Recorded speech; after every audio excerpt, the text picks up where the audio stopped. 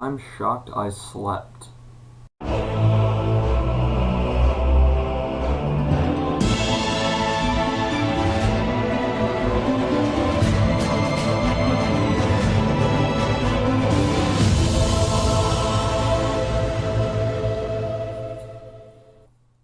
Hello, viewers. Welcome to the Morning After Review Show. I am your host, Jacob Jones, and today we will be reviewing, or I will be reviewing, The Babadook. It is an Australian horror film starring Essie Davis as this mother who has this very, very difficult child, and she endured a loss on the day that that child was born that has affected her for many, many years.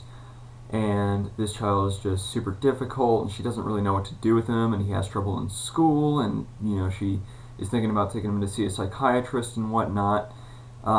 And so this movie, well, there's this book that the child finds on the bookshelf, their bookshelf in his bedroom, and it is called Mr. Babadook.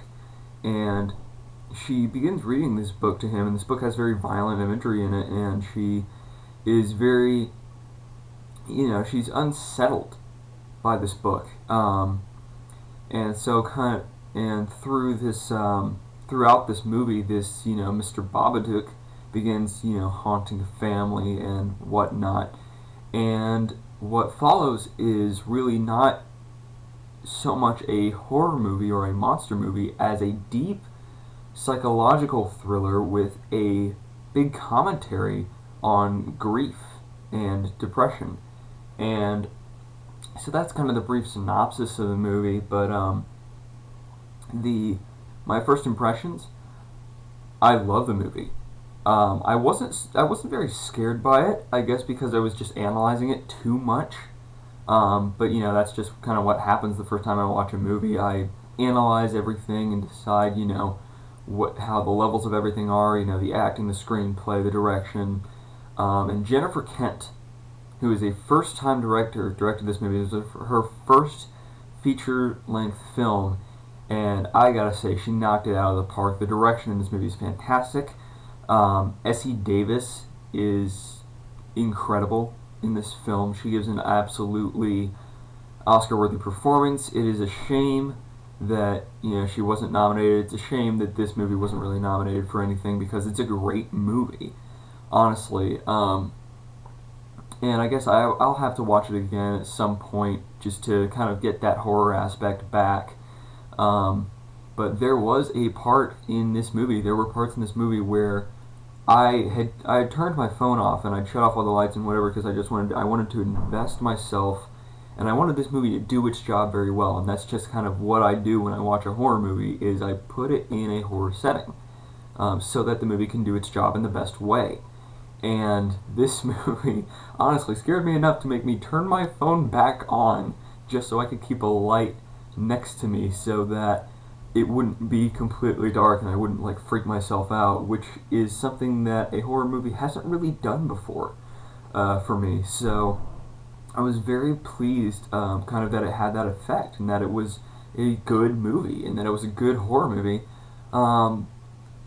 Yeah, it's just, it was great. And the kid was great. The kid was a really good actor, especially for a horror movie. You don't get many great kid actors in horror movies, but between, this and Oculus and the Insidious movies, there are actually some legit kid performances in these horror movies, and I'm glad that we're starting to see that resurgence of great acting. Let's see. I guess I already touched on the performances.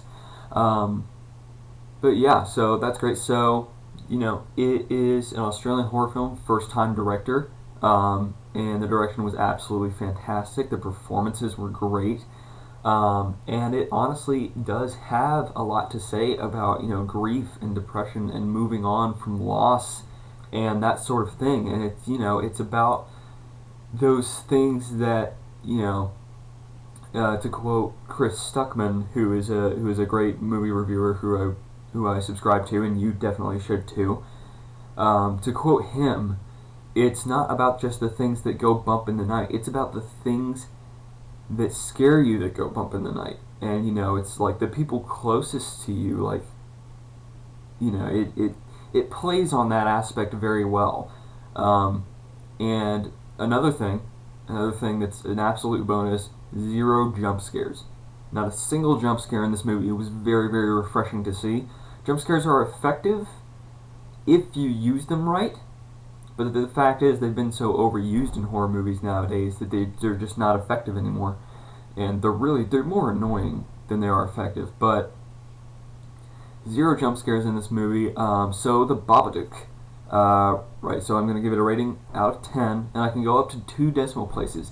And I'm going to go ahead and say that this movie is an 8.93 out of 10. Now, I don't think it would have been one of my favorite movies of all of 2014, but it is definitely worth checking out, especially if you're a horror fan, and especially if you're sick and freaking tired of jump scares and want a refreshing, original, legitimately kind of unsettling horror movie. This thing kind of just crawls under your skin, and it just kind of stays there.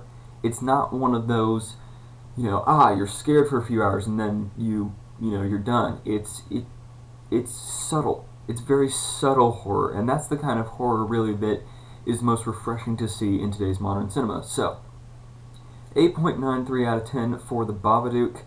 Go check it out, especially if you're a horror fan. I know I already said that, but I felt the need to reiterate. This has been the Morning After Review Show, and I will see you next time.